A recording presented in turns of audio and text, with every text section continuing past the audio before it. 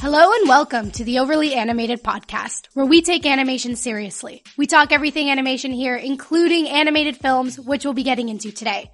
I'm Beatriz Mourad, and today I'm joined by Michelle Anderer. Hello. And Andy Potter. Hello. As the title of this podcast suggests, we will be ranking our top 5 films of 2017 and decide if this past year was good for animation, at least where films are concerned. Find out more about this podcast at overlyanimated.com. You can subscribe to us on iTunes at overlyanimated.com/iTunes, where we appreciate your star ratings. Or search for Overly Animated on your favorite podcatcher. So, before we get into these rankings, guys, I wanted to spend some time talking about 2017 as a whole. Just in terms of animated films, how do your 2017 movie-going experiences compare to previous years? Michelle.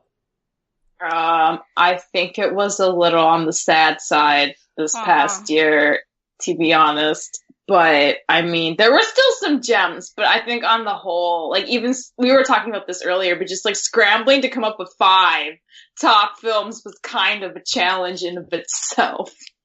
Yeah. If it were an emoji, what would it be? The frowny face? In celebration. That could have been a contender. Maybe that is on someone's list. No. There was at least one movie we podcasted about that was bad, that was better than the Emoji Movie. And if you put the Emoji Movie above something on this list, I'll be mad at all of you. Emoji Movie before Ferdinand. Hot take. It is, oh my god. Alright. Well, Andy, what about you? How was your 2017? It was pretty similar. But I think the bigger part of this year is that it was just filled with a lot of animated movies that I just wasn't motivated to see. Mm-hmm. Like, there were a ton of movies that came out this year that not only did I not see because I heard they were bad, but I wasn't even interested in going to see them. And I think that's, like, I feel like we're at, like, a saturation point for a lot of weird movies. Like, did anyone ask for Boss Baby or, like, the Ninjago movie, Lego movie? Like, there were all these movies that were just, like, I just had no interest in. But there were still some good ones, like Michelle was mentioning. But I don't know. It felt like there was just a lot of movies that just came out of nowhere that, yeah, I guess that's the best way to put it. Gotcha. So, for me, my biggest, I guess, disappointment with this year is that there are so many movies that no one saw because they couldn't see them. You know, like, there are some movies that because of either limited release or because of international release dates or just, I don't know, they just, for some reason, they just weren't available to, like, a wide audience. So, I mean, I could spend so much time talking about a movie, but if no one can see it because it's not in their theater, there's only so much I can do. So, like, that was what was most frustrating to me. I mean, I agree. In comparison to other films, other years, it wasn't that great. There was, like, I guess, like, there was no, like, movie that not just got critical success, but got, like, everybody saw it in the public, too. Like, it wasn't a great year for animation, and I kind of agreed that it just has not been going the way it should in terms of, like, progression. It feels like a step back, whereas maybe a couple years ago it could have been a step forward. I feel even like last year was a step forward. Like, there was totally. a ton of incredible stuff. Definitely. Like, 2016 was a good year. Totally. 2016, in terms of just, like, even, like, the big blockbuster, quote-unquote, movies, in terms of, like, animated movies, so, as in, like, the Pixar movies, the Disney movies, like, last year, they were really great, and this year, it wasn't always great. If that makes sense. So, yeah. But what about these top 5 lists you guys made? Like, were they difficult? How was the process? And what was your criteria? Andy? For me, the top 3 were pretty simple. Because I actually counted the number of movies I've actually seen this year, and I think it was 8 that were animated this year. Because there was just a million this year that came out that, like, I just never went to see. Like, like I said, never saw Boss Baby. I never saw, but I never saw some movies I wanted to see, like Breadwinner, which I think would make this list if I saw it, but I didn't see it. So the first 3 were pretty easy, and then the last 2 were just, I don't think these deserved to be on any top 5 list, but I had to pick 2. I had to top 5 5. You gotta put something there. I think it's gonna be interesting to talk about some of these lower ranked movies. It's gonna be interesting.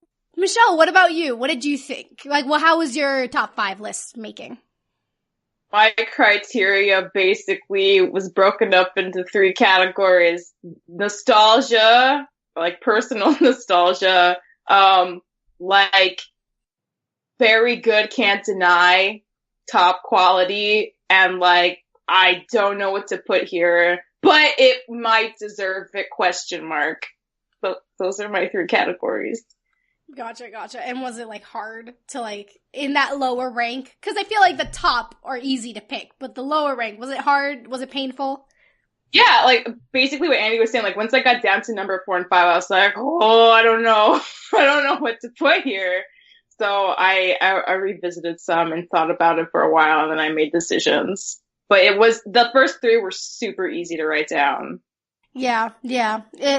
For me, I'm lucky given that I live in a place where a lot of movies are available just in general, whether they're indie, animated, whatever it is. So I saw, I think, the most animated films out of the 3 of us. So I didn't struggle in making the list. For me, it was pretty clear. It was okay, I know my number 1, I know my number 2, 3, 4. It all just was okay, this is easy to make.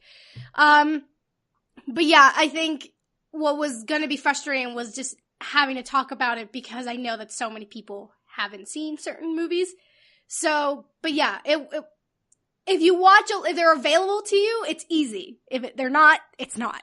And that's just sucks. It sucks. I hate how that is. But yeah, let's get into these rankings. Disclaimer, which I kind of already said, we have not seen every film that came out this year for a multitude of reasons.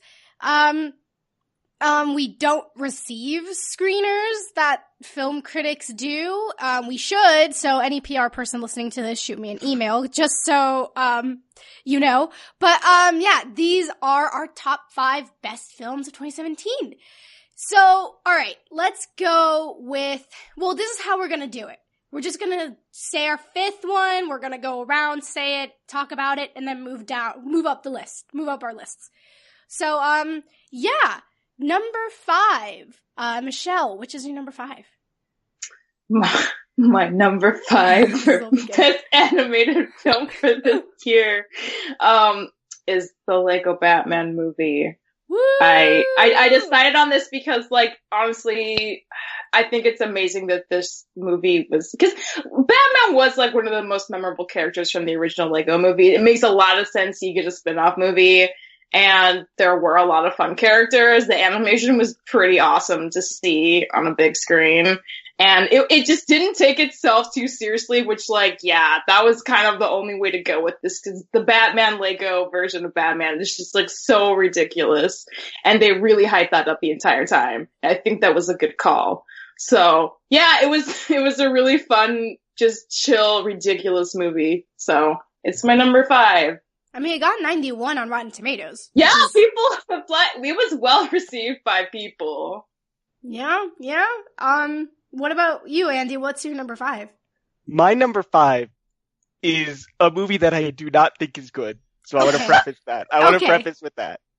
My number 5 is the Pokemon movie, because I refuse to let Ferdinand win my 5th slot. Aw, poor Ferdinand. Nick Jonas is singing somewhere a sad song for you.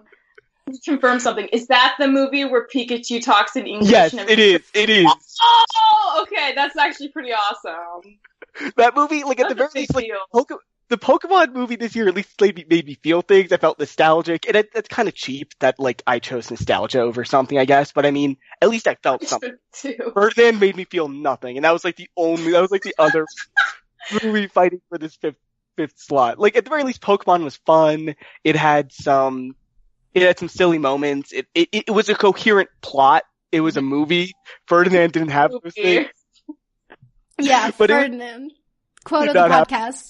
I'm not trying to bash another movie here. It's just I'm trying to explain, I don't think either of these movies are good. It's just one of them was a little better, and that was Pokemon. And I also do think the memeability of Pikachu talking was yes, a big draw, let's say.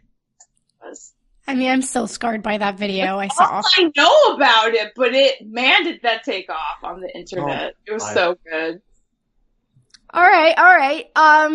Well, for me, my number 5 is a movie I actually saw recently.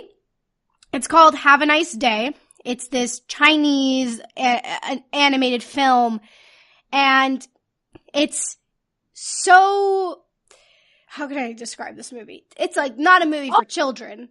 Oh, cool. Yeah, what's crazy about it is that the director kind of animated everything for the most part. Like, he kind of did everything. So the animations, it's very stylized, and it's very, the movements are pretty minimalistic, understandably so, but because of that, every motion is like much more meaningful in a way. Like, it's weird. It's a strange film, and what makes it my 5th film is that I would not be able to see this movie here. Like, this is not a movie this was not a movie that an American animation studio could make. Simply because they wouldn't bother. They just they wouldn't bother making an adult animated film. Like, this is something I could see on Adult Swim, if that makes any sense. Okay. I Google searched and looked at the images. Like, it looks like something that would air on Adult Swim, honestly. Yeah. I'm looking at it too. For the record, I searched Have a Nice Day on Google. Totally found Bon Jovi for the first one. Yeah. For me too. I'm like, the movie. That was the wrong thing, for the record. But yeah, it's interesting movie. I think it comes out in a couple weeks. I don't know how wide the release will be. But yeah, very cool, and it does have a lot of like commentary on certain things in China, and it's a black comedy, which is not something you often. I think outside of what, like BoJack Horseman and Rick and Morty and Family Guy, maybe, like, black comedy isn't really that present in our animation. Oh, and Bob's Burgers, but I don't know. Bob's Burgers is, I don't know. If it's that a counts. pretty uplifting show, I'd say. Yeah. Bob's Burgers, it doesn't really dwell in darkness very often. Yeah. So, that's my number 5. Definitely, if anyone has a chance to see it and wants to see something that they often don't see in animation, go watch this movie. But yeah, let's go into our number 4. Michelle. Oh boy. My number 4 is Loving Vincent. Hey! Which was, to be completely honest, like, I was so hyped once I saw the trailer. When I saw the actual movie, I was super disappointed. Because, like, have either of you seen it? Yes. I have. Okay, so, to me, it just felt like they rotoscoped a normal movie and painted on top of it. And that bummed me out. Because it didn't, like, I love the, like, oil paint itself, but I honestly didn't feel like it added a ton. Like, it just felt like a bunch of, like, rotoscoped painting over, like, an actual scene that somebody filmed first, and then they, like, mapped it out frame by frame. But, like, I don't know, it didn't feel that creative, and I was really expecting it to be creative. So, I don't know. And, like, I don't know, I thought I was going to be, like, really interested in, like, you know, Vincent's life and, like, talking about his suicide and, like, his family upbringing and stuff. But, like, I don't know, it just felt kind of flat to me. And maybe it's just, like, this is my personal opinion, but, like, I don't know. It just kind of bummed me out that it wasn't quite what I was expecting. And I felt like it was a missed opportunity to do something more creative. Gotcha. Yeah, I agree with some things. A little bit disagree with some other stuff, but I will have more to say later. Andy, Same. Andy, what about you? What's your number 4? My number 4 is a movie that I actually don't have as much bad to say about. My number 4 is Lego Batman. Okay. I think this movie is, like, I think there's a little bit of jokiness about it, but I mean, I think it's actually a good movie. I think this movie's, it doesn't take itself seriously. It's just a fun little thing. Like, it's not like an Academy Award winning film by any means, but I mean, it's a fun movie, and that's fine. It's a fun movie with fun characters and making fun of itself a lot, but I do think this is the end though. I don't want more of this. You know what I mean? Like this, the Lego franchise. Yeah. I don't need more. Like I think this was a good spin-off, but we don't need like Lego Batman 2. We don't need Ninjago. Like this was enough. This like sated my like appetite for silly Lego movie stuff. Oh, you know that they're just getting started. Oh, they're I know just getting started. I'm just being clear that I don't want to see any more of them, but yeah, I think this movie is actually fine. This movie's fun. I kind of like, I agree. I don't, this isn't a spoiler. Lego Batman is not on my list, but I think it was good. It just kind of proved that, one, if you weren't a fan of Batman, this movie probably isn't for you. Yeah. Yeah. And, I'm a fan of Batman. That explains some things. Yeah. And also, you know, supporting characters sometimes are meant to be supporting characters. Yeah. I'm not saying there's not problems with yeah. it. That's why it's 4, but I do think it's a fun movie. Yeah, totally. It was going to be my number 5. Like, that was, like, I had stuff ready for it, but then I saw Have a Nice Day, and I was like, alright, you know what? No. But yeah, for me, my number 4 is Cars 3. Oh. Yeah, a big budget Pixar movie. I mean, again, it's Cars 3, but yeah, that's my number 4. Sorry, these numbers are confusing me. Yeah, Cars 3, number 4. But, I'll be honest, like, for, like, 2/3 of this movie, I was like, this is pointless. They're not saying anything. It's a rehash. Like, what is the point of this movie? It's a derivative. What are you trying to say? And then there's this one scene with a certain car yelling at another car, and suddenly it all fell into place. Suddenly I was like, oh, this is what you're doing. Okay. And then at the end, it's that third act. Cause I'm very much someone who thinks that, who would prefer like an amazing ending to a amazing beginning. Like I'd rather have the amazing ending cause leaving a movie on that final note really impacts how you experience the movie again and think about it. So with Cars 3, like that third act wrapped everything together and was so good and said so many things about, you know, glass ceilings and chances and opportunities to people who are systematically shut out of things. And it just really worked and I really loved it and I couldn't believe that Cars 3 was giving me this type of message. Like I could not believe like the things I wanted in a movie to explore, Cars 3 was the one to do it. And no other movie did it in this year. Wow. Cars 3 does it. And I was just like, what? And I loved it. Like, because of that ending, I loved it. But I can't in good conscience put it above the films that follow. Because those first 2 acts were a little, and just technically it is the third of an installment. We're familiar with these cars and they're slightly sleeker. The dust on that, like, pickup truck guy. What's his name? I don't even know. I don't know this franchise very well. You know, I think there was actually some pretty impressive animation stuff at some points. Like, there were some shots where they had, like, the cars going above the camera and stuff, and I think the ground was pretty well animated there. And I really liked the beach animations. And I think there was some quality animation here. I think totally. I don't think it's revolutionary, is what I'm saying. No, there's nothing revolutionary here. I think it's a little disingenuous, though, to say that I think you were kind of implying that it wasn't good. I just want to make sure it's clear that you're not saying that. Yeah. It's a good movie. Again, it's number 4 best films of 2017. It's my number 4.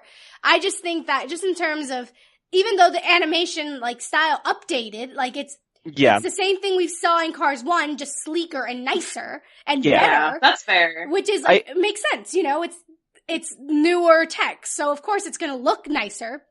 I just think that, I guess because it's the third one, so we're stuck with what was they weren't gonna show us, like, a crazy cool car that is from, like, I don't know. I expected the cars to look cooler, and they didn't. They just looked like NASCARs, which is fine, but I might talk about this movie later, spoilers, but I just want to, because we're just on this specific topic, I want to touch on something. Like, please. I think the newer cars, like what was his name, Jackson Storm? Yeah. I think they actually looked a lot worse because they were way too shiny. Like, it just looked poor. Like, one of the best parts of Cars 1 was, like, all the cars were dirty and they felt real. Like, they felt tangible. Like, when Lightning was going around that, like, dirt track, like, he was getting covered in dirt and his like, sides were getting all, like, dusty and stuff. And it felt cool. It felt like the world was alive. And then and the new cars all felt just like, they felt lifeless because they never really interacted with the world around them. They just existed on the racetrack. It didn't really help. Yeah, that's again also very true. I think again, it's a good movie. I recommend it. I don't know if I recommend Cars 2, but Cars 3, 100% recommend. But again, there just comes a point where it's like, they're cars. How much can you do with cars? And this movie showed me not that much. Like, they could have done something, but they didn't. Like, they didn't take it, like, I don't know, just visually it didn't do something for me that I needed it to be done to place it higher, or at least to place higher than the one that I'm going to talk about later, at least for number 3. So, but yeah, let's go into number 3. Andy, what's your number 3? Oh, I'm next. Okay. My number 3 switching it up, guys. I'm fine. My list is right here. My number 3 is Loving Vincent. Okay. I also, right. For the record, I watched Loving Vincent. I'm checking my clock here. I finished watching it about an hour from now exactly. But, so this is a little fresh in my mind. I'm not fully sure how I feel about the movie yet. I was a little less down on the animation than you were, Michelle, but that's also because I went to the movie with no expectations. Like, I found it very pretty. I did not find the actual plot that interesting, to be honest. Right? Isn't that sad? Yeah. I feel like people really loved it for the animation, but like, it's sad that the story isn't interesting. Like, I actually liked the third act a lot more, and that actually made me feel a lot higher on it. I liked the thematic, because it also felt a lot more, what's the art term? Is it expressionist? Whatever. What's the word? Abstract. Felt a lot more abstract in the later parts. Like, there were fewer scenes with just people talking, and it felt like that's fair. Because this movie is the best when it's not showing two people sitting in a room talking, but 90% of the movie is talking to each other. And it's like, I didn't know about the movie, but I could tell very quickly, like, people weren't coming to this movie to see people be rotoscoped into paint. Like, that's what it felt too. But exactly. It was very impressive. Like, all the art was very impressive. Like, whenever they were, like, in a field or next to a dock or something, it was like, I was like, yeah, this is great. Can't we have more scenes? Like, can't they just talk and be in the background? Can't the people talking, like, we can tell who they are. We can tell who people are because they're all wearing bright clothing. Like, just have them in the background in front of these incredible paintings and I'll enjoy it.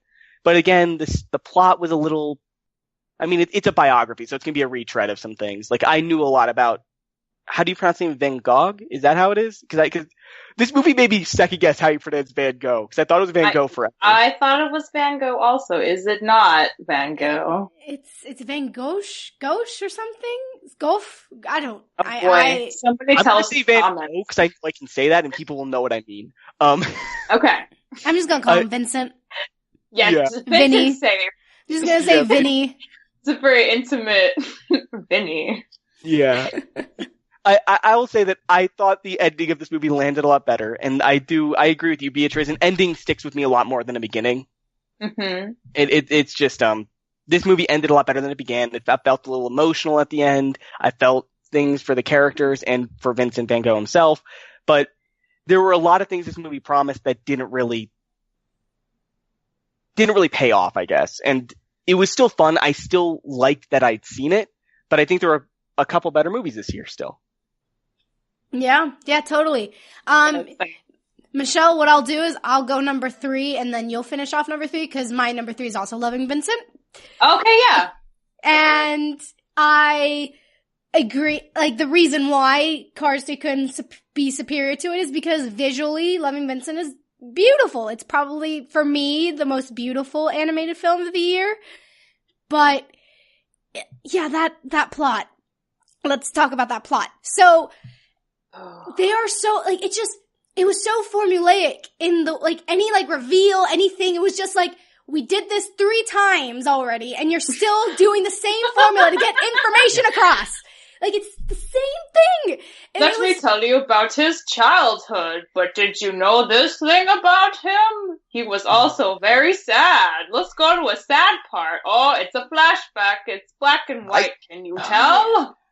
And, the thing is, and also, what bothers me the most as well is that this film it tried so hard to be a love letter to Vincent that it fails to actually talk about the bad things that he does. Like, it romanticizes certain things. Yeah, for sure. And doesn't actually, like, visually, like, I had this lady sitting next to me who apparently is, like, an expert on Van Gogh, and that's cool. After the movie, she kind of, like, grabbed my arm and was like, basically she needed to talk about this movie with someone, and I was that someone. You were the closest person. Exactly. So, and she saw me, like, writing down as I was, like, watching it. So she was like, okay, I'm gonna talk to you.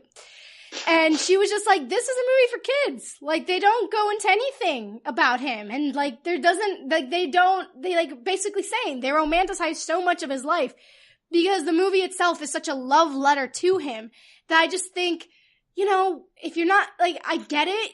Like, you really, like, he's someone probably all the artists who worked on this movie look up to.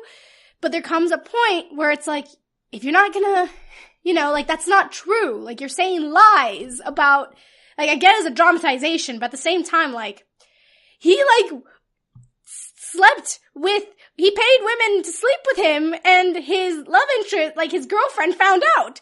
And that's why, like, she was depressed, and that's why she broke up with him or something like that. And then all this I had to look up later. Yeah, I didn't know that. Because the movie doesn't even slightly touch upon it. And what really, really sent this home for me, that bothered me about it. And again, this is my number 3. I like visually this movie. Like, I visually like this movie, but there's just, the people in the movie talked about Vincent as if they were talking about him in the present. They weren't talking about him as if they had actually known him as a person.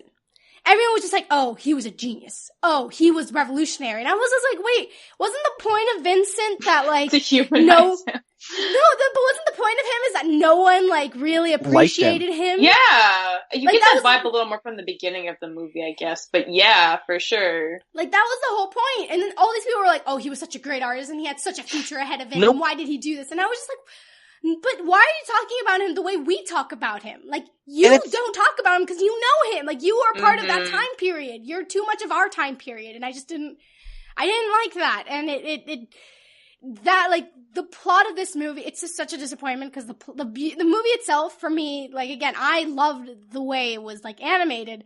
And there was just so much there that I really enjoyed.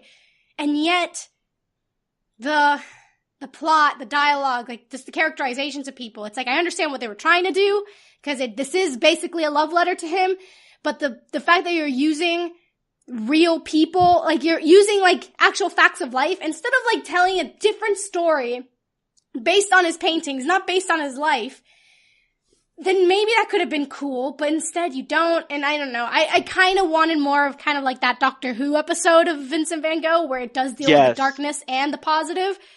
Instead, I just got, look how great he was, and look all this stuff. Ignore the bad. What bad? The bad does not exist. He was there just is no bad bad. man. That's all. I think badness. I'm still, like, processing the movie as we talk about it. And I think my problem with it is that it took half measures with what it did. Because I've seen 2 movies that are essentially biopics in the recent past that took very different approaches. And one of them's not really a movie, but it's a story. It's form of media. And the first was Hamilton, which is a huge dramatic, like, it dramatizes everything. And it's like, a lot of it's not really true, but it follows the spirit of what happened. Yeah. And that's one way to do, like, a biography type thing. And the other was The Disaster Artist, which is a lot more true to form of, like, what Tommy's actually like and what the main characters are like. And this movie can't decide which one it wants to be. It can't decide whether it wants to be really true to Vincent or want to prop him up. And it needs to choose one before I'm happy with watching it. And then and that's on top of all the stuff with it not really showing the negative. Yeah. Yeah.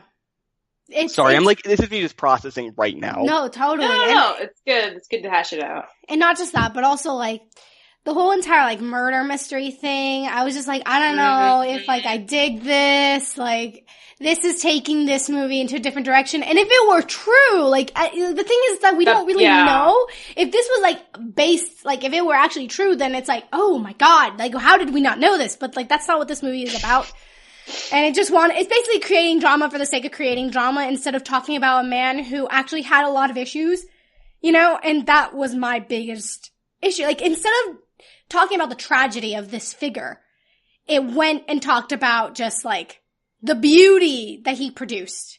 And it's just, I think it's a disservice to just talk about the beauty of what he produced. And it's kind of insulting that they were using his art style while doing it, because the main point of it is that his art came from his pain.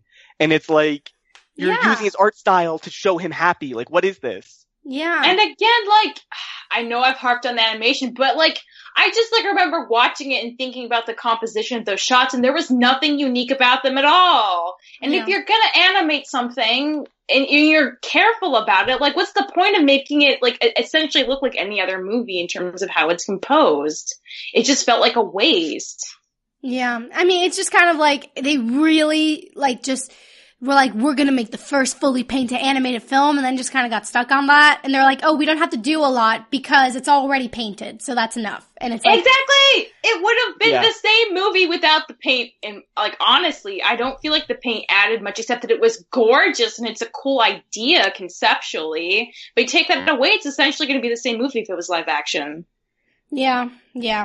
One last thing for this movie, that this is something that always bothers me. Why is it that when you are making a movie about some European country that's not England, and they're speaking in English, they have an English accent? Like, French people don't speak with an English accent. Oh my god, I didn't even notice that, but that's a good question. Like, they don't, like, when have you heard of a German person speaking with an English accent? No, there's a thing called German accents, there's a thing called Swedish accents, and there's this thing called, I don't know, like, these people are not English, so why are you making them out to be English? Like, there's just this linguistic element to these things that I just do not appreciate. And I just, no. Also, I found the soundtrack to be kind of boring. Just on top of what you said. The soundtrack. Exactly. Yeah, there you go. Sorry to cut you off, Michelle. Beatriz. I just wanted to throw that in before we moved it on. Yeah, no, these are all good takes, I think. There you go. That is the end of our mini Loving Vincent podcast. Let's go to Michelle for her number 3. This is really gonna be a divergent. My number 3 is Hey Arnold the Jungle Movie. And this is mostly a decision I made, like, based on nostalgia, because Hey Arnold was, like, one of my fave shows as a kid.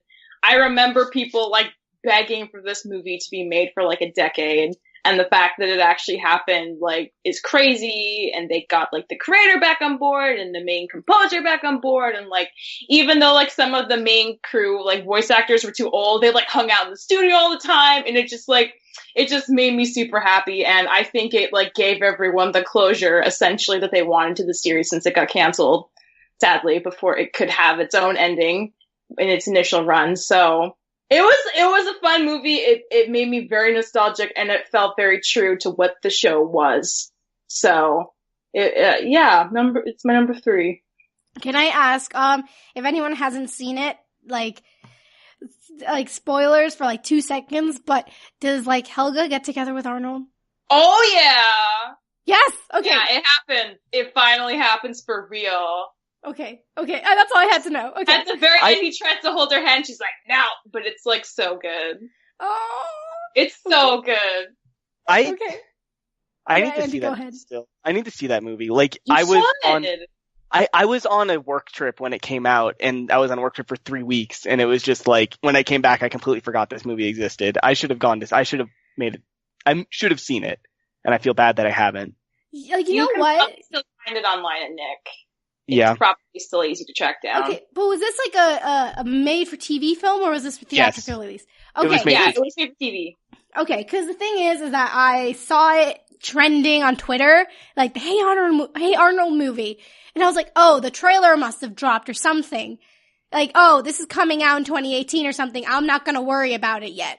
So I didn't know it was already out. So I was just like, oh man, I should see this movie. Just seen it. Watch it. It's so fun. But I'm going to have a hot take here. Having not seen the movie, I do not like Arnold and Helga together. I do not like them together. I mean, I don't blame you because... I don't blame you, but I don't think it's gonna... I don't think once they get together, they're gonna be boring. I think that was my biggest fear, but I don't think that's gonna happen. It's not that they're boring, it's that I don't think that's what Helga needs. I don't think it's healthy. That's my biggest thing. Yeah. I love her. I would trust her to do whatever she wants. Well, yeah, no, I mean... But, anyways, I mean, who knows? This is just on me watching the show, by the way. I have not seen the movie. Yeah, for sure. Yeah. They could have done it well. I can see the way they do it well. It's just from the stuff we have seen, I would be concerned. For her as the character's health. For me, I love Helga as a character. Mm-hmm. And also because the fact that she looked like her dad, she had a unibrow, and that was me at 7. So I was like, I'm all for Helga, she's my girl, but at the same time I was like looking back, not at the moment, but looking back, I was like, that might not be the healthiest relationship, and that might not be good, mentally for either of them, and some of the things that she and Arnold, she would do to Arnold was non-consensual and stuff, so I was like, okay, I don't know what to do with this, looking back, but this is fair.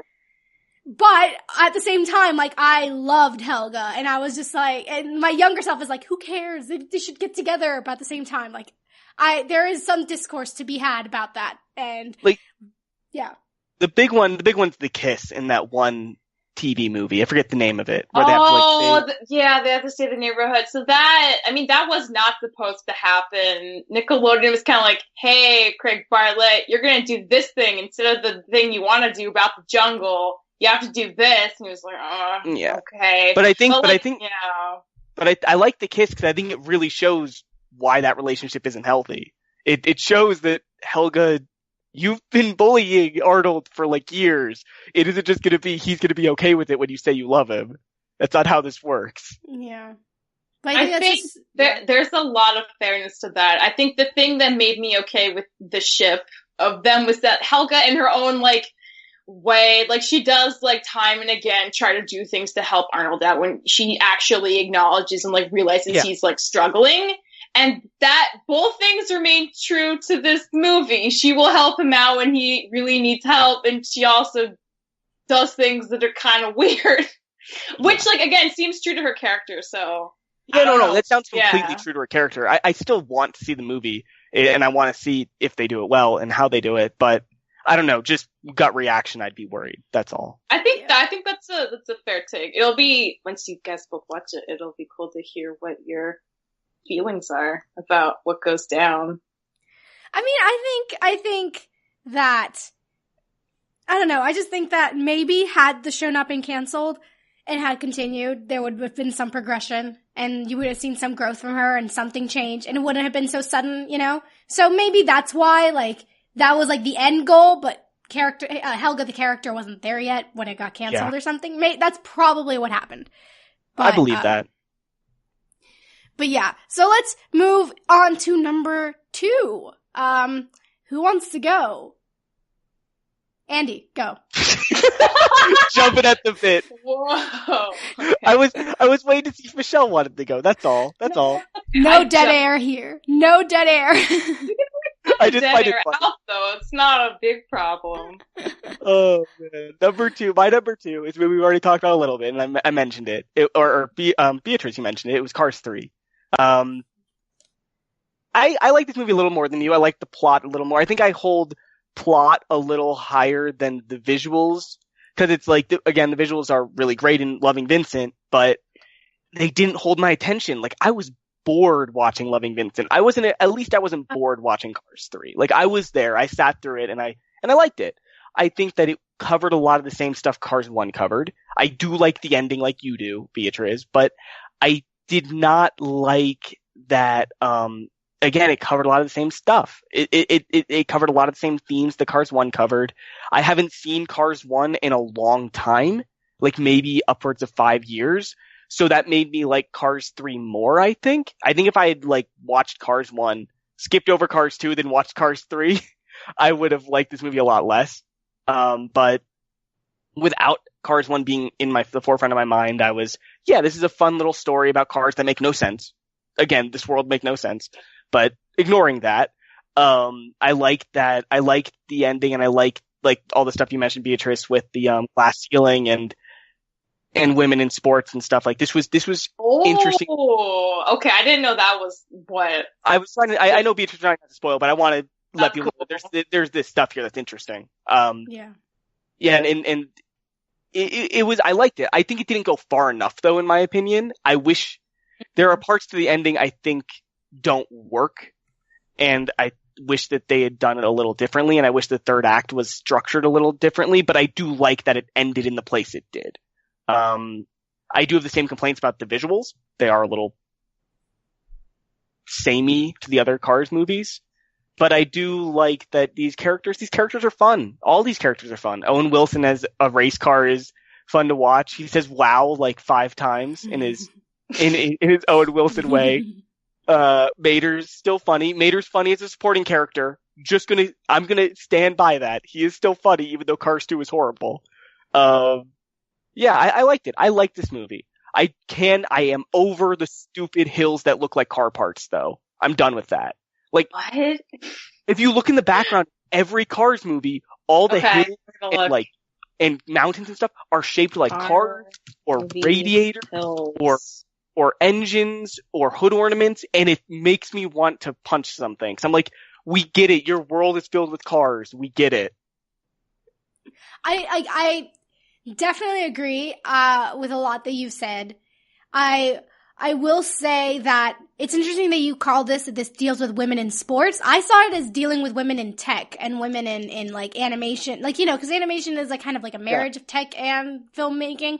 But also films have tech in it too. Whatever. Point is, like, there's a lot there that people can sink their teeth into. Yeah. Don't be discouraged by just the Cars 3 title or like the poster with just Steve McQueen. There's a lot there. And for anyone who is like me and just always has like shipping goggles, like this movie by the end made me ship 2 cars. Like, what is this? Oh, 2 you cars. shipped them? No, like, no. Andy, you no. Ship the cars? No, not them. There's a reporter and they they have their own wow moment at the end. And I was just like, oh, what is this? So yeah, anyway, it was it was like a 2-second thing and that was enough for me. I just ran with it. I think I know what you're talking about now. But, and she was voiced by Kerry Washington. So I was just like, okay, I'm down for this. But, I also got a little sad because one of the Car Talk people has died since the filming of the first Cars movie, and they were those 2 brothers who owned Rusty's, and one of them is still voiced by the Car Talk guy, and the other is not, and it makes me really sad. Yeah. Is it true Pixar wants to do a plane movie? They already did. What? They did a plane one. Oh no! Planes. Is it good or is it? No.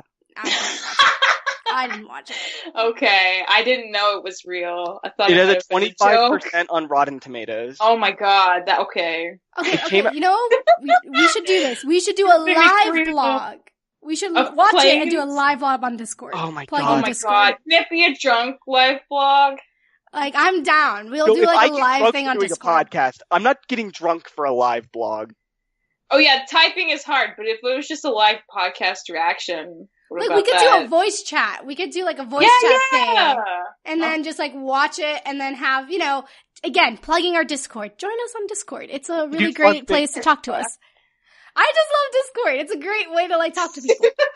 Wow. This movie came out in 2013. That is. Oh, it did? How did it get swept under the rug? Maybe they tried so hard to bury it because they were so embarrassed.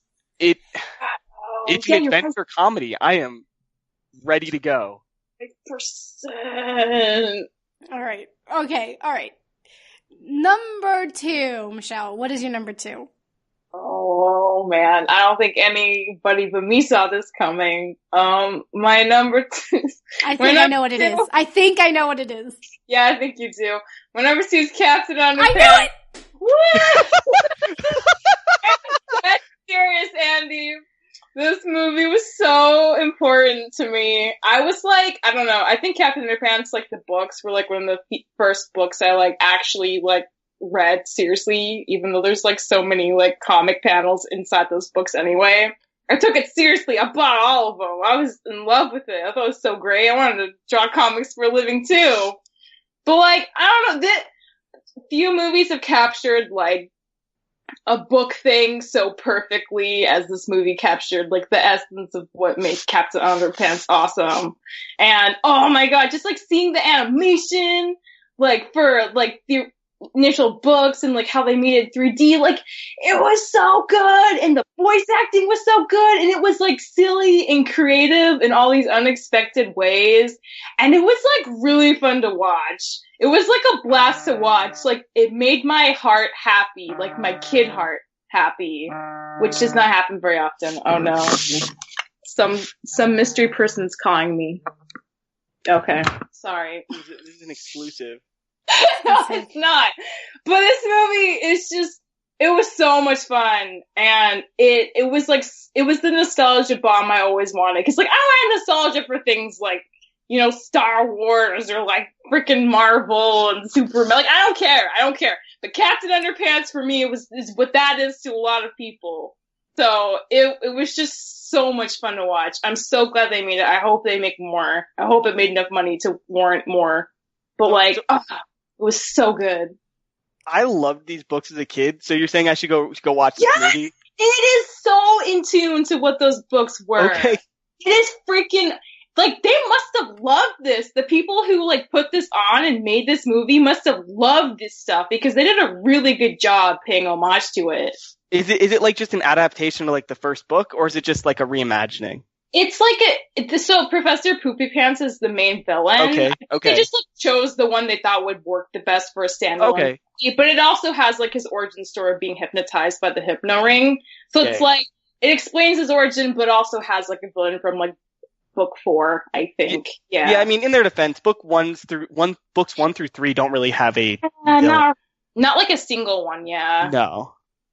I mean, I will say, and I don't want to say this to you, but you gave us hot takes before when we did the podcast on No, it. this isn't a hot take. This is a fact. Okay. Captain No. This is legit.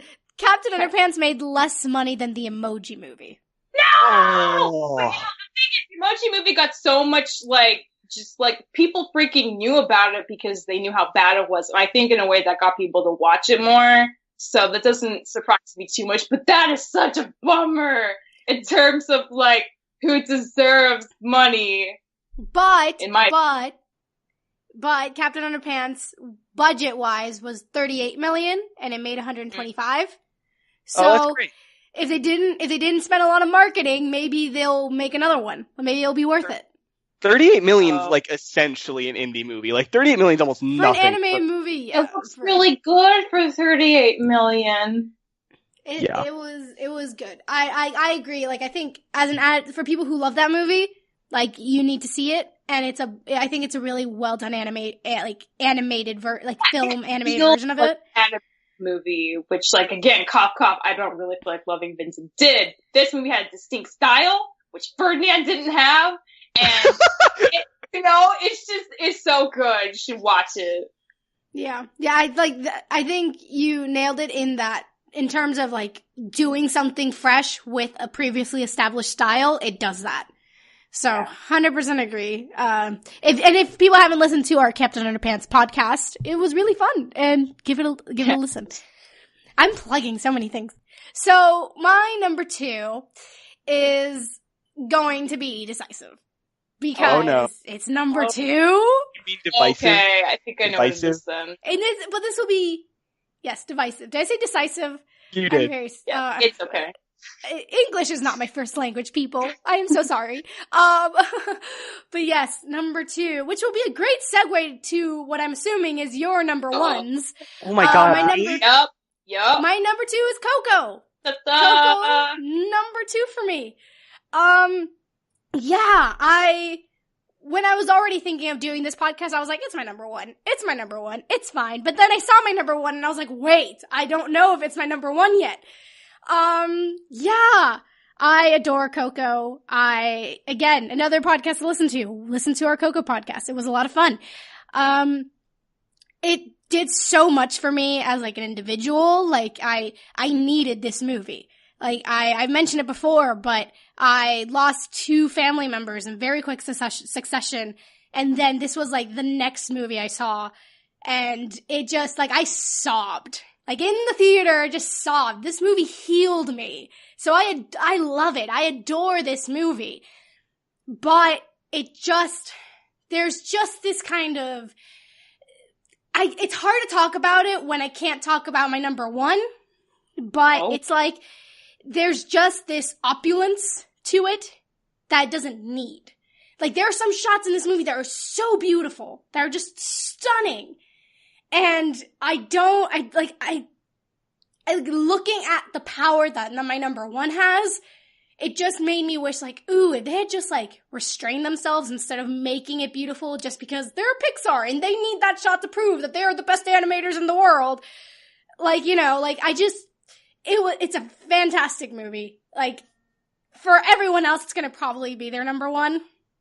And I guess in terms of just, like, emotionally, like, it is my number one in a weird way because, like, it just touched me in such a way. And it was a movie that I needed in such a way. Like, it was like that. It was Star Wars and it was Wonder Woman that made me cry. And Train to Busan, but that's a 2016 movie. Like, 2017 movies, those were the movies that made me cry. But this was the one that made me sob. And there's something to that to, like, touch you so emotionally. And it's beautiful. The music is wonderful. Like, it's funny. Like, I can't get over Frida. I can't. I love it. I love that they had Frida in there, and she was ridiculous and wonderful, and I loved it. And she wasn't the butt of the joke. It was just Frida, and you just loved her. She's just there. Yeah. And it was great. I just loved it, and I love, like, some people maybe had issues with, like, the last act. For some people it didn't work. For some people it did. Some people were bored in the first act. Like, for me, it all worked. It's just kind of like, for me, it was, would you rather, as your number one, have an indie that's, like, less money, but the things that they do with their limitations is so powerful?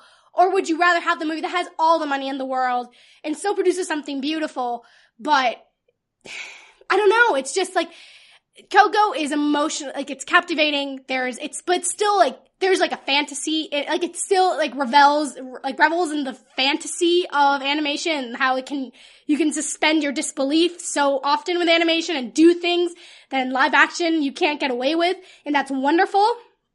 But 2017 was very frustrating for me because I felt like there was just this limit to what animation means, at least in terms of the US. And this movie is like the amalgamation of that. It's a kid's movie, it's beautiful and gorgeous, and yeah, it has some sexual innuendos in there just for the parents. But it's still like, there are limits to what it can do. There are things that it doesn't say, it uses fantasy to say things it can't outright say. And number one doesn't do that. Number one straight up goes like, shows you reality.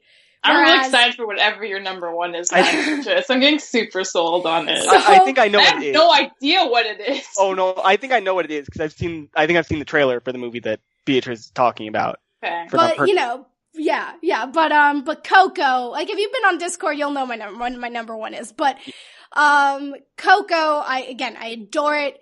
And any other year, it probably would have been my number one. In my heart, it's my number one. But just looking at everything, and maybe in some cases, like, in terms of plot and the way it delivers certain things, it may be superior to my number one, but just taking it all into account and its significance in meaning overall in terms of the industry and stuff, I'm putting it at my number two.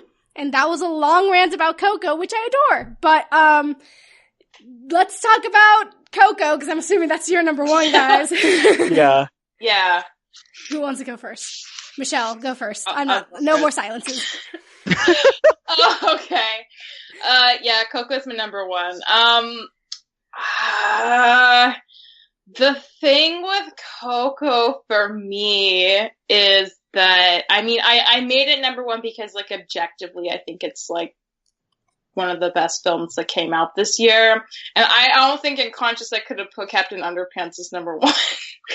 But I mean, for me, I waited a while to see Coco, and I've been seeing so many people talk about how great it was.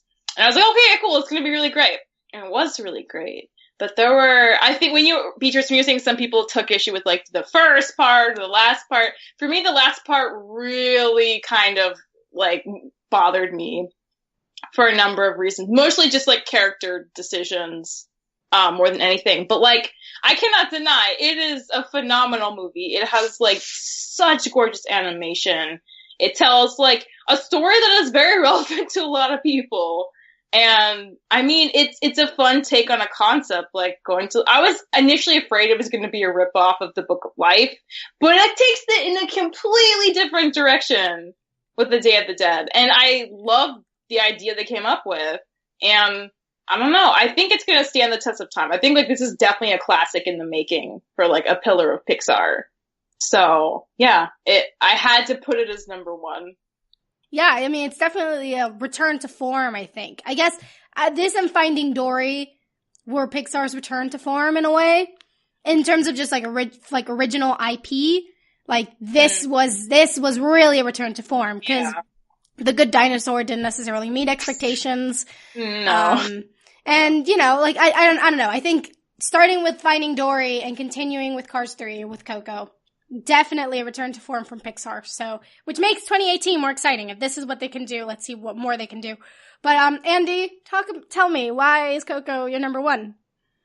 I won't go really deep into this because you both have gone really deep, and we had a whole podcast on this. Why I love Coco, and I think I was really gushy on that podcast. Aww. Just to touch on stuff you guys didn't touch on. I love the music in this film. The music, not just like the songs where Miguel and all the other family members are singing. I love the background music, how it is just so much fits the world they're in, the place they're at. And it makes it like and this is how you do music right. It makes the entire film feel more deep. It makes the world feel more deep when the music feels like it's coming a little off screen. Because that's what it felt like all the time. It felt like the music was being played in the room with you sometimes. It felt like it was just a part of the world that Miguel lived in, and I loved it. It was so good. And I don't know, just this movie made me smile, it made me cry. I felt so good leaving the theater after seeing this movie. And I of the movies I saw, this was very easily the best movie I saw this year. And I love this movie. I just love it. I also to be fair, I love musicals. But this is not a normal musical. This is a little bit different than that. Yeah, this is not Frozen, guys. Yeah, this is not Frozen. Also, I would say, I'm kind of curious, like this movie kind of cemented my idea that I really want Pixar to make a PG-13 movie at some point, like a little bit more, so they can just touch on a couple of topics. Like, I don't want them to like have nudity or like make curse and stuff. I just want them to go into some topics they can't go into in PG stuff. I really want that. Like what kind of topics? I don't know, but I feel like there's people in whatever they want to. I don't want to tell them to cover something. Like they find stuff to talk about, and I feel like there are people in that animation studio that have stuff they want to talk about, have stories they want to tell that can't really fit into a PG movie. There's plenty of stories like that. Like there's a reason that everyone was so excited for Logan, because it's a Wolverine story that couldn't really have been told in the PG-13. In a PG-13 movie, they had to do it in R. Like, and I'm sure there's tons of stories like that for an animated film like this. And I think Pixar is the only one that would be willing to do it. But I don't. But even then, it'd just be a huge long shot for them to do it. I just really want more. I think that's fair. Because I'll say right now, my two biggest gripes with Coco were that like Ernesto de la Cruz turned out to be like such a one-dimensional villain. Yeah. You know, I wish we could have had something a little more complicated. Like in there, you can't just be like, oh, he's the bad guy. He just did all the bad things. It's him. Yay. He gets what's coming to him at the end. Like, oh, it can just tie it up in a neat bow. And also that like the stuff between like, you know, the grandma and the granddad, like, was like ultimately resolved, which feels also kind of weird to me. Like, I feel like it wouldn't have been that simple after everything that went down and how it affected like generations of that family for them to just end up together at the end. Those are the two things that bug me. Everything else felt so good. I don't think those are directly like related to the rating, but I do think that you know what I mean. I think they're systematic. Yeah. They're systematic. This need to tie things up in a clean little bow at the end, so nobody feels like a little uncomfortable. Like, wait, but like that wasn't resolved. Which, like, you know, Disney. I don't know if they would ever do that to a large extent. Like, the feel goodiness is part of what makes Disney its brand, and I don't think taking that away is like something that needs to happen. But it would have been a slightly different movie. To be fair to Disney, like Pixar tied up their films too. Like, they weren't always as neat as. For sure. But this felt a little more Disney neat than normal Pixar movies. Like, this wasn't Ratatouille. This wasn't WALL-E, where like it ended with something where you wanted something to happen. Like, where you were curious what was going to happen next. Like, this movie, like, I'm done. The story's closed. But like I said, Ratatouille, like, Remy had a whole life where he lived and he had a restaurant that was new. WALL-E, like, they were rebuilding Earth. Like, this movie, it's like Miguel's happy. Like, that's it. That's the end of the story. The family's happy. Like. And again, that's not indicative of the rating, but I do think that it's systemic of like, you're inclined to want to make things a little more clean when you can't get the deep topics. Yeah, and that's like kind of how I feel too. So I think we're on the same page in that regard. Yeah. Coco 2 is going to be about all the unresolved issues with the family. No. It's gonna be like his granddaughter, and he's gonna name she's gonna be named Coco, and you know, like, keep the family name going, and then she's gonna be like a superstar, and then they're gonna like, yeah. So in like 60 years, we'll have Coco 2. You're saying? Yes. No. It's not in 60 years, but like it'll like between Coco and Coco 2, there'll be a time jump, and then maybe like he moves to the U.S. and then you have a whole like, oh, what does it mean to be Mexican American exploration thing? Pixar, hire me. Just hire me. That could be actually pretty fun. Yeah. I think it's just a matter of like, they don't want to get into topics that complex, Beatriz. Like, they don't want to get into these things that are like, they're fine doing things when they can make it cartoony. Like, they're fine doing Inside Out where they can make your emotions silly, but they can't make racial struggles silly, I don't think, or at least like on the surface simple. Like, and I don't think they'll do it. See, but I don't know. I wasn't going for racial struggle. I was going for identity struggle. That there's like this disconnect between culture and like, you know, and this clash of cultures that could be interesting that they could play with. On top of like, you could also do racial tensions there too. I meant personal things. I meant racial. Oh, like, okay, gotcha. They're from a different culture and they're in a new culture. I said it wrong, but I meant what you were saying. Gotcha. Well, then you know what, Andy? I think you're gonna really like my number one. Oh. I think you're gonna really like it because is it a Star Sport? Is it what? Is it a star? Like the star? Oh yeah, the star. It's totally the star. You know, I almost thought of punking you guys by using that one. I was like, no, I can't be that mean. If Beatrice says the star, I might just like hang up the call and I'm just out of here. But it has Mariah Carey and Kelly Clarkson, you guys. It's Oprah. It's Oprah. You don't know. I'll be honest, as a Jewish man, I'm kind of done with all like the Jesus stories. Well, I'm happy to say it is not the star. It is The Breadwinner. It is Yeah, I did see it. I think I'm the only one who has seen it because they only showed it in like, I think one theater, I guess. Yes, The Breadwinner is my number one. It is a PG-13 movie, Andy, so I guess maybe that's why it was able to talk about war and be honest about war, because this is a war film. Cool. The plot is kind of similar, a little bit to Mulan, a little bit, in that there is a little girl whose father was at one point a teacher, but it takes place in Afghanistan, and it's during Taliban controlled Afghanistan.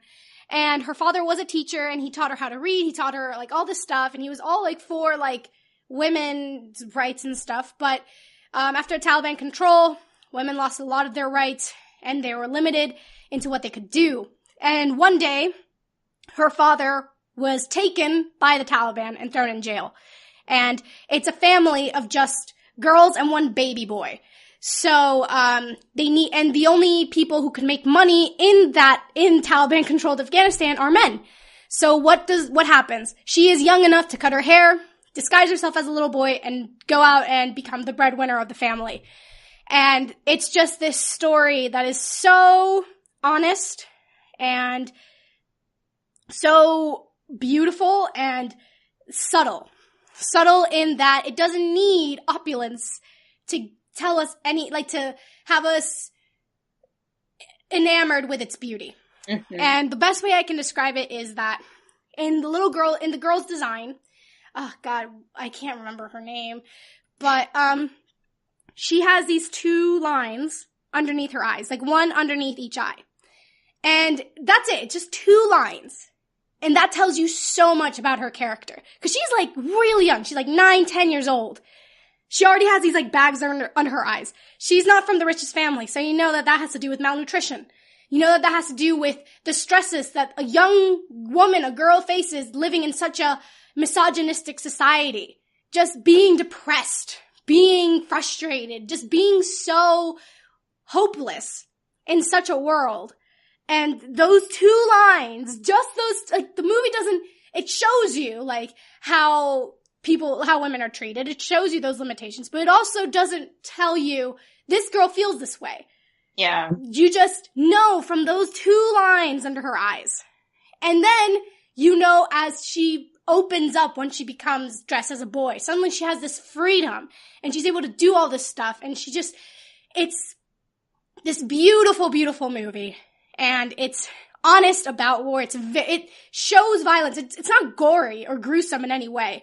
Like, I understand why it was given the PG-13 rating, but I could also if The Incredibles was given a PG rating, this movie should have been given a PG rating. I think the only difference is that this one's actually based on truth. It's based on reality. This isn't a fictional world where there are superpowers. This is something that happened, that is happening, and it doesn't shy away from showing the anger in a man's eyes when he's brainwashed into extremism. You will see rage in these eyes, and it is just a powerful movie. Again, there's certain elements in this movie that in the way a story is told, that may not work for someone and work for others. It worked for me, but there are definitely things in it that could be nitpicked, could be discussed in whether or not they're successful. I think the voice casting, like the acting in this movie, is phenomenal. I think more so than Coco. I think this movie, just the acting is just stellar. And I just adore it. I adore it. And again, there are little things I change and nitpick maybe just to make it a little bit smoother. But a lot of movies have this. Like, I think there's only 2 movies this year that I saw that I'm like, I don't need to change anything, good or bad. And none of them are animated, so we're not gonna get into them. But, yeah, The Breadwinner, guys, like, I know that it's not gonna get a wide release, cause they never do. G-Kids never gets wide releases with its films, and it's really frustrating. But when it comes out on DVD, Blu-ray, because again, they also don't stream their movies, so. Oh, they don't? Okay. They don't. So, I mean, but again, it's from the people who made Song by the Sea, and the Tales. Oh yeah, I saw that on Netflix. Maybe this one will get released on Netflix eventually. Yeah, maybe. Yeah, maybe. Like, it's also part of that. Like, that's the one I know I know that Coco won the Golden Globe recently. This is the one I was rooting for. Yeah, it's an incredible movie. It's an honest movie. And it really shows you, like, if I put it in comparison to Coco, it just shows you the formulaic nature of Pixar movies that we've grown accustomed to. And also Disney movies. It shows you the opulence of these major blockbuster animated movies and that they're not needed. Like, again, like there is that shot in Coco where you see the actual world of the dead. And it's that beautiful shot that they spent they had a segment before the movie explaining how they made it for people who came early. And it's this beautiful, which I hated. That segment. Shot. That you hate it. That's the worst thing ever. Like, I hate it. Because it ruins the moment, because it shows you the moment when it shouldn't have to, even though the trailer also showed it. Yeah. But, it had this beautiful, beautiful, gorgeous shot of this world that it never goes into, that never explores. There's no real need for it. You take that shot out and nothing is lost from Coco. No. This movie doesn't need that. It just needs those two little lines under the eyes to, like, sell you the power, the messages this movie has, the themes it's dealing with, and the realities of war and life there during that. Like, it's right before the war on Afghanistan. It's right before it. Yeah. Again, I've not seen the movie, so I can't touch on everything you're talking about that. I am really excited to see this movie, and I think it's like everything that me and Michelle were talking about with like PG-13, like maybe a PG-13 Pixar thing. Like, this covers things you just can't really talk about PG.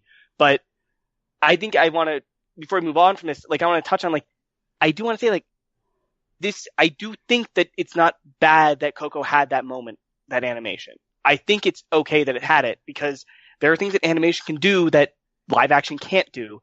And maybe they shouldn't have spent as much time as they said they did on that shot, but it was an important shot to show this is an otherworldly place. It showed that it was different. You can't do that in live action as cheaply as you can in anime. Not that animation's cheap, just that you can form your world through animation, and they did that. And I'm sure that The Breadwinner does it too, just like you've been talking about. But these are just two very different ways of doing it. And we kind of were talking about with Loving Vincent. Loving Vincent could have done it. They could have formed a world for us to love through animation. And this is why we watch animation, because we see all this stuff. And I don't know where I'm going with this, just that I don't want to say that scene was pointless in Coco, I think, is what I'm trying to say. Right. No, I think, like, there is, like, it does have, like, an emotional resonance in that. It makes you wonder, it makes you in awe of that world. Mm-hmm. But I think, like, I just think that there's just little subtler things in The Breadwinner that actually touch upon, like, that even without having mentioned it and it being part of the plot, it tells you so much, and it's so much more meaningful, is what I'm saying. It's more meaningful than that, even though that does have emotional resonance. Yeah.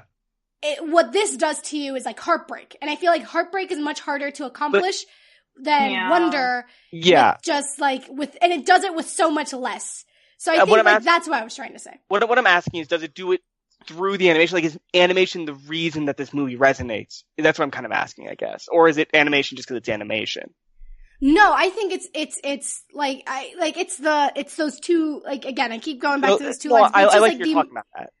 Yeah, but it's like those two things, like, that's purely, like, me taking, like, on top of just, like, the environment they live in, but those two little, that decision to give her those two little lines is similar in vein to that decision to show that world in Coco. It's like, it's something that offers you insight into life that they're going through, but it's showing, not telling. Like, both of them are showing, not telling. And I'm just saying, like, this, with The Breadwinner, it does it with so much less. Whereas with Coco, it does it with so much more. And it's just kind of like, it just kind of really resonates, just like, there is, like, a beauty in subtlety, even though there's also beauty in opulence. Like, that shot is gorgeous. It's absolutely gorgeous. And it's not a detractor of the movie. Like, absolutely not a detractor. But there, like, I don't know, I just, like, for me, it's like, the fact that those two little lines were so powerful for me, I was just like, wow, like, that did more for me than that shot did. And how much, like, more, like, was spent on that shot. Like, just in my economic-based mind.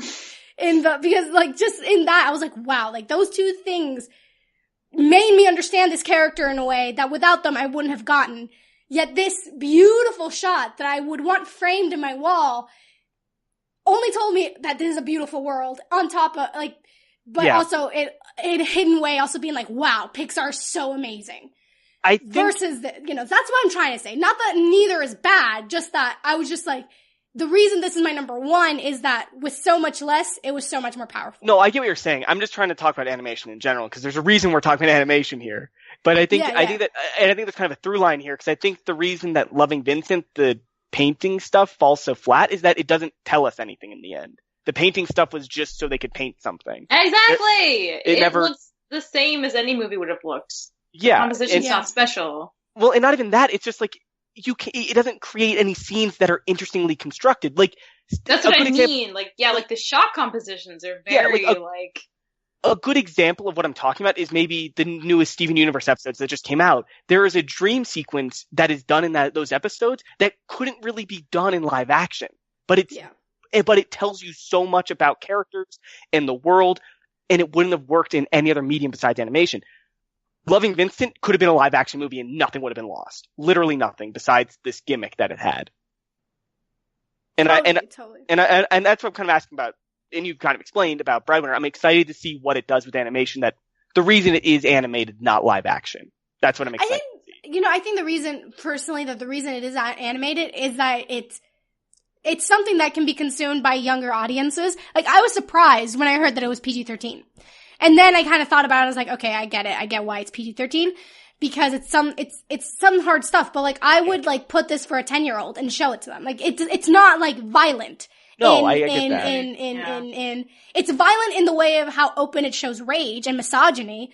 But it doesn't necessarily, like, show blood or something. You know what I mean? It just shows war in a way that only animation can get away with, in that it can be consumed by younger audiences. And the perfect example is Avatar. I mean, that's a show about war, and it doesn't shy away from a lot of stuff. Definitely won't get it, I assume, doesn't get as deep as the movie you're talking about, but animation goes into war a lot more than for younger audiences than other things. So yeah, it does surprise me that it's PG-13, because I definitely saw the trailer and thought it was a PG movie. Yeah. I'm really excited to see this movie. I am excited to see this, Beatriz. And I hope you like it. I adored it. I just have to find a way to watch it. I just have to find a way to watch it. Yeah, that's the trick for all these, like, smaller movies. If they're not Disney or Pixar or DreamWorks or Illumination, it's like, how can we see them? Even if they're from Japan, it's hard to see them. Yeah, but, like, Your Name, which was an enormous movie, like, took me forever to watch and find. Even though it was an enormous movie. I saw it on a plane. Like, I saw it on a plane, and no. Like, I saw it on a plane on a flight, and I arrived halfway through the movie, so I had to wait until I got on another plane to watch the end. Like, cliffhanger to the max, you guys. Like, it was rough. But yeah. So before we finish, because we've gone through all of our top 5, I want to talk about this upcoming year, 2018. So what do you guys hope to see in animated films this year? Like, what are some hopes, expectations, trends you hope to see, Michelle? I think more risks in terms of just stories. Like, I'm getting really tired of just, like, sequels and, like, third and fourth movies of franchise. I want to see some fresh new ideas, some hot takes, on completely new concepts that don't necessarily completely adhere to, like, strict formulaic plot things that I think, some brands are very known for. I would just like to see more risks taken across the board. Cool. Andy, what about you? I'm in a similar place to that. Like, I want more risks. There are some specific movies I'm excited for. Like, I'm excited for Incredibles 2, obviously. I'm worried, though, because it's a sequel, but I'm excited for it. I'm excited for that Wes Anderson movie. A lot of people I've talked to have been thinking it looks bad. I don't know. Maybe it's like Wes Anderson more, but I'm really excited for Isle of Dogs. And there's that awesome Spider-Man movie that I saw that trailer for. What's it called? Spider-Man Into the Spider-Verse with Miles Morales. And that's like, that movie is a movie where I'm like, please be PG-13. It's animated. You can make it PG-13. It's fine. It's a Marvel movie. All the Marvel movies are PG-13. Please. Like, cause it just looks so gorgeous. And I hope it like lives up to the, I guess it just how pretty the movie looks. I hope it lives up to how pretty it looked in the trailer. But then there's a lot of, like, really sequels I just didn't really want. I don't need a Wreck-It Ralph 2. I don't need another Hotel Transylvania movie, stuff like that. So I hope there are some risks that aren't clear from the movies. There's a Madagascar 4 coming out next year. Yeah. What? There is. Wow. There is. Why?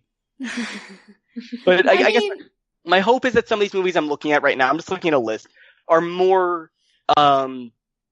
take more risks than it looks like they are. Because other than a couple ones I named out, they all look like they're going to be pretty whatever movies. But I will be happily surprised if they're good, and I will gladly go buy tickets and go watch any of these if they're good.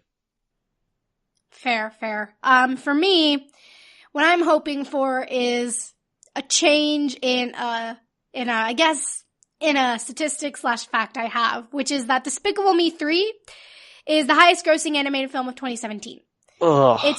It is the number 4 highest grossing animated film of all time. It is number 8 domestically for this year. It's number 4 worldwide. I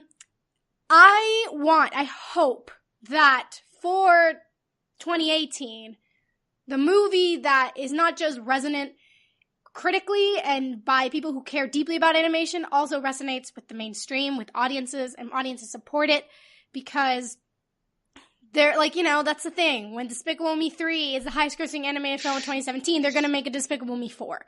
Yeah. They're gonna make a Minions 2. And not that they can't possibly be good, it's just that,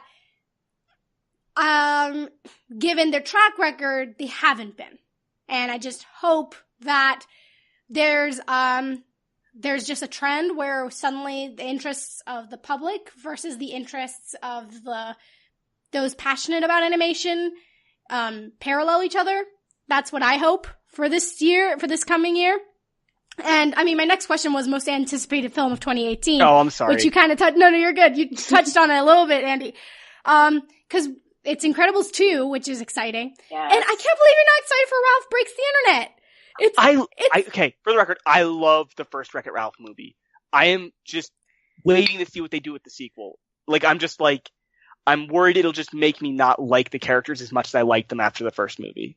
Because I loved it. That's fair. I forget what her name is, Sarah Silverman's character in that movie. Yeah. Like, I cried when Ralph is flying towards that volcano. I cried when he said the bad guy thing. Like, I love this movie.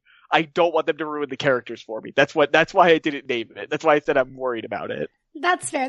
I will say, though, that what makes me excited is that they're going into the internet, which is something completely different from the first film. Like, they weren't in. Yeah. So, and I don't know if you want to hear, like, I don't know if it's going to be a spoiler because I don't even know it's going to be in the movie, but they did show something at D23 this year, which, like, that was kind of on, like, they gave a taste of what Ralph Breaks the Internet's going to have and bring.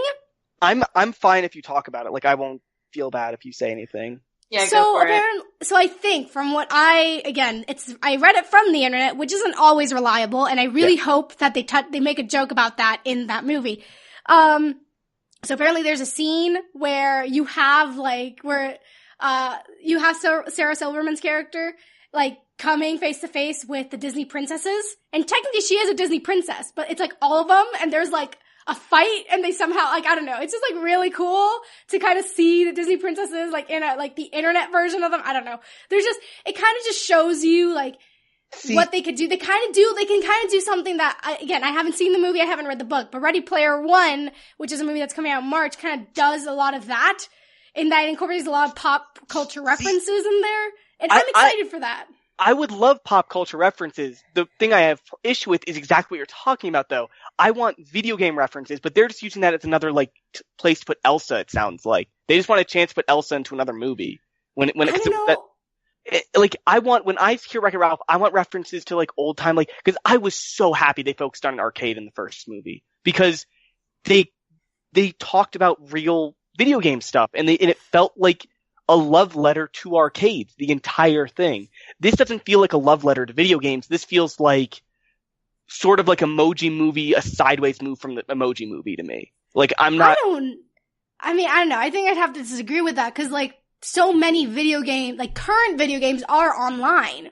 So there is this kind of, like, okay, like, now we're gonna, like, I feel like before, like, Wreck-It Ralph was, like, arcade video games, and now we're gonna move on to, like, that switch into the new video games that currently are being played, if that makes sense. No, I get that. So they're gonna exploit that culture. But when I hear that you're talking about, like, the Disney princesses, that doesn't feel like video games, that just feels like the internet. Like, I'd love for them to make stuff about, like, parodies of, like, because of, like, World of Warcraft and stuff, and parodies of, like, all, like, the little Facebook games and stuff. Like, that's the place to do it. I would love to see the way people consume games now compared to the arcade. That'd be fun, but I'm worried that they're going to just focus more on the internet than the actual internet games, if that makes sense. That's fair. Again, though, like, Disney princesses have probably been in video games. Oh, no, they have. So... I just feel, but it just feels like a cop-out to me that they're going to focus on Disney princesses in games instead of, like, hey, there are plenty of real video games that existed. Like, I don't know. Like,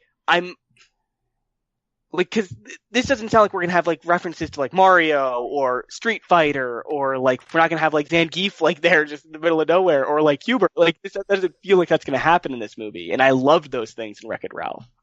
Again, what I'm talking about is just one scene, and I think that's might be the only time that they show up. That might be, like, we don't know yet. Yeah, I know. And I'd be fine if it's the only time, but it does worry me that is the one scene that they're like, oh, get excited, people, for the scene, because that's not the scene that would make me excited to watch Wreck-It Ralph. Gotcha. Well, again, no trailer out yet, so we'll see how That's why we went so deep on Wreck-It Ralph too, but we did. It's Wreck-It Ralph. It's like, of course we're gonna go deep, but yeah. Also, very excited about Isle of Dogs. I'm nervous because there's a very large white cast, even though it takes place in Japan. And even though the main character, the main boy, is like Japanese and he's only speaking Japanese, it's like, I'm a little worried. Even though Yoko Ono's in it, which is exciting. But yeah, Isle of Dogs, How the Grinch Stole Christmas, Teen Titans Go to the movies. It's gonna be an exciting. Why are they animating How the Grinch Stole Christmas? The, like, short is so perfect and classic. Why? I don't know. I mean, why? What was it? What was it? That movie about the elephant? I think is what it was, or no? It was Here's the Who. Yeah, that one made a lot of money, so I feel like that's why. But Michelle, what is your most anticipated? Yes, the one with the trees. The Lorax. Yes. Lorax is a bad, like, that's. But I think it made a lot of money. Oh yeah, probably did. That came out a while ago. Yeah, it did come out a while ago. But Michelle, what is your most anticipated film of 2018? I don't know. I haven't honestly been, like, until they're, like, out, I haven't really been thinking about them. I am really excited about the second Incredibles movie. It's probably, like, my top one. But I'm excited for the Wreck-It Ralph sequel also. But I haven't been keeping tabs. That's fair. But yeah, that does it for us. Find out all the info on this podcast at overlyanimated.com. Join us on Discord to text chat about animation at overlyanimated.com/Discord. Support us via Patreon at patreon.com/overlyanimated. Thanks to all our current patrons, especially our patron of the podcast, Danny. And thanks as always to our Patreon executive producers, John, Ryan, Steve, Alex, Andy, and Hugh. Thanks for listening, guys. We'll see you next time. Bye. Bye. Bye.